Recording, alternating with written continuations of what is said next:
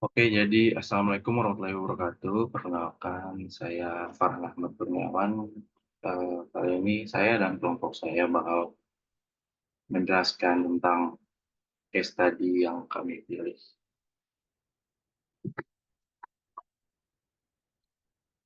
Ini adalah anggota kelompok kami. Lalu ini ada case yang kami pilih adalah case pertama, yaitu adalah tata kelola lampu lalu lintas pada persimpangan jalan.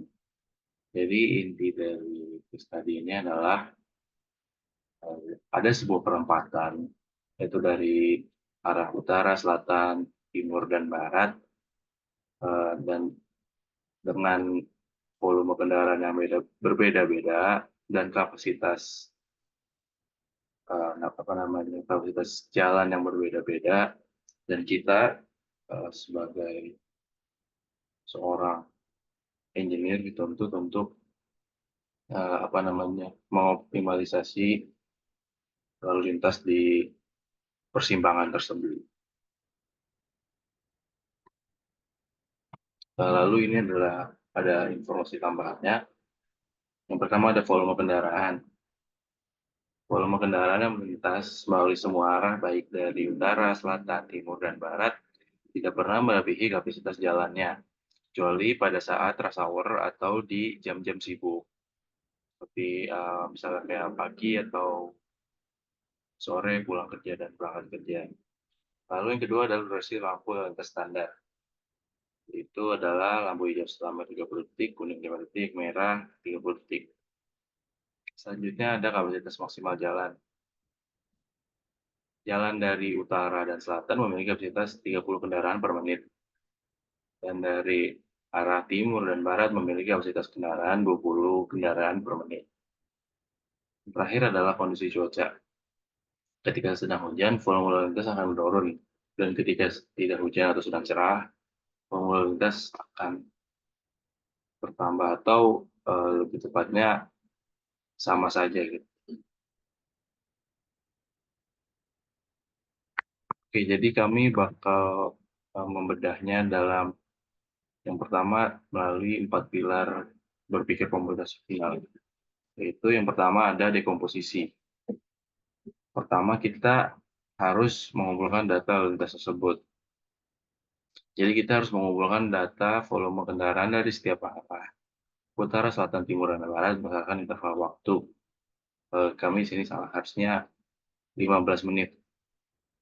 Lalu yang kedua kita mengklarifikasi volume lalu lintas menjadi kategori jam sibuk dan jam normal. Yang kedua adalah pengaturan durasi lampu lalu lintas. Yang pertama, kita harus mengatur durasi default lampu lalu lintas, yaitu yang sudah saya tadi jelaskan. Yang kedua adalah kita harus mencari penyesuaian durasi berdasarkan volume lalu lintas. Nah, ini bisa dikatakan adalah outputnya. Lalu yang kedua adalah penentuan kapasitas jalan. Menentukan kapasitas maksimum kendaraan yang dapat ditangani.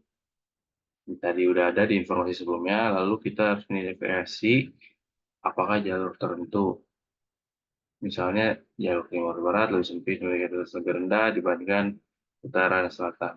Lalu yang terakhir adalah analisis faktor eksternal, faktor luar. Yang pertama menentukan bagaimana kondisi cuaca mempengaruhi volume dan kecepatan kendaraan. Yang kedua adalah mempertimbangkan kejadian-kejadian khusus, kayak misalnya ada perbaikan jalan atau kecelakaan, atau mungkin ada patroli, polisi, presiden, dan lain-lain yang bakal mempengaruhi lalu lintas. Selanjutnya, pattern recognition. Nah, volume kendaraan itu berdasarkan waktu. Pola volumenya yaitu ketika kendaraan meningkat selama jam sibuk pagi, sekitar jam 7 sampai 9, dan juga jam sibuk sore, sekitar jam 5 sampai jam 7. Lalu juga mengidentifikasi pola penurunan volume kendaraan selama jam-jam normal, misalnya pada malam hari. Perubahan pola berdasarkan hari dalam seminggu, menemukan pola lalu lintas yang berbeda antara hari kerja dan akhir pekan, mengetahui bahwa hari Senin mungkin memiliki volume kendaraan yang lebih tinggi dibandingkan hari Jumat atau Sabtu, pola kepadatan berdasarkan cuaca, melihat bagaimana volume kendaraan berubah saat cuaca buruk, hujan, atau kabut, dan bagaimana kondisi ini mempengaruhi kecepatan kendaraan. Lalu juga slide selanjutnya ada data representation and abstraction. Nah, model representasi lalu lintas sendiri mengabstraksi persimpangan jalan sebagai graf dengan simpel yang mempresentasikan arah utara, selatan, timur, dan barat. Menggambarkan arus kendaraan sebagai bobot pada tepi graf yang menunjukkan volume lalu lintas pada arah tersebut. Durasi lampu lalu lintas menggunakan variabel untuk mengelola durasi lampu hijau, kuning, dan merah. Abstraksi menggunakan kondisi if-else untuk menentukan perubahan durasi berdasarkan volume. Kondisi cuaca dan kepadatan mengabstraksi pengaruh cuaca sebagai faktor pengalih pada volume kendaraan, misalnya saat hujan deras dan volume berkurang 20%. Abstraksi kendaraan dan kapasitas representasi kendaraan sebagai unit per menit untuk menyesuaikan kapasitas jalan menggunakan kapasitas jalur sebagai batasan maksimal untuk mencegah penumpukan kendaraan. Kemudian dilanjutkan dengan pilihan of computational thinking yang terakhir yaitu algoritma. Algoritma ini sendiri digunakan untuk mengembangkan solusi langkah demi langkah untuk suatu masalah. Untuk masalah kali ini adalah masalah lalu lintas. Yang pertama dilakukan adalah menginput data, di mana datanya itu berupa volume kendaraan di setiap arah selama 24 jam, kemudian durasi lampu lalu lintas standar, kemudian memasukkan data kapasitas jalan dari setiap arah, dan juga data kondisi cuaca. Kemudian dilanjut dengan inisialisasi, yaitu menentukan durasi awal lampu lalu lintas berdasarkan volume kendaraan standar, dan melakukan pengaturan waktu default untuk jam normal. Kemudian dilakukan pemeriksaan volume kendaraan.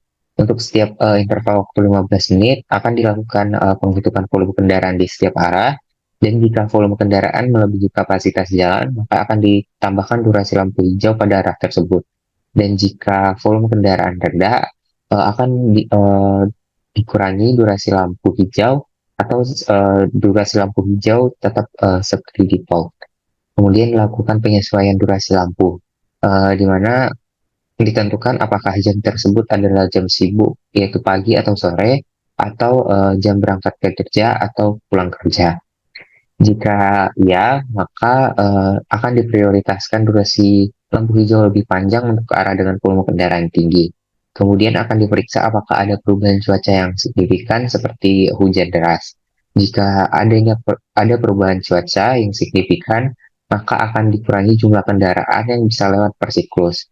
Kemudian durasi lampu akan disesuaikan berdasarkan perubahan ini. Kemudian dilanjutkan dengan pengecekan kepadatan lalu lintas, di mana jika arus lalu lintas tersendat di salah satu arah, akan diberikan prioritas lampu hijau lebih lama di arah tersebut untuk beberapa siklus, namun tetap dipastikan tidak ada penumpukan yang menyebabkan kemacetan pada arah lain. Yang terakhir akan dihasilkan output, yaitu di mana outputnya merupakan durasi optimal untuk setiap arah pada interval waktu yang diberikan, dan juga akan ditampilkan hasil pengaturan lampu lalu lintas untuk tiap waktu dan kondisi cuaca. Kemudian berikut adalah flowchart untuk masalah lalu lintas, di mana flowchart ini diawali dengan menentukan interval yaitu selama 15 menit dari jam 00.00 hingga 23.59. Kemudian dilanjutkan dengan mengumpulkan data-data seperti volume kendaraan, cuaca, jam sibuk, dan yang lainnya.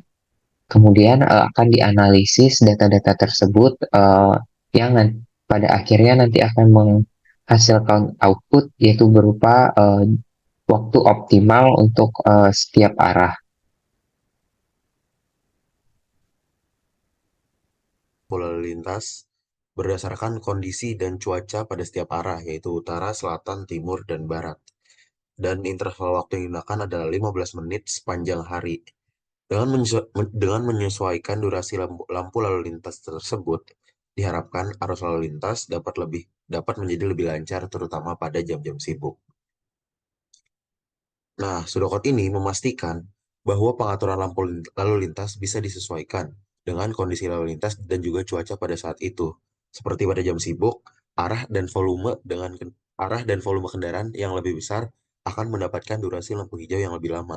Sementara saat cuaca sedang buruk, durasi lampu akan disesuaikan untuk keamanan lalu lintas.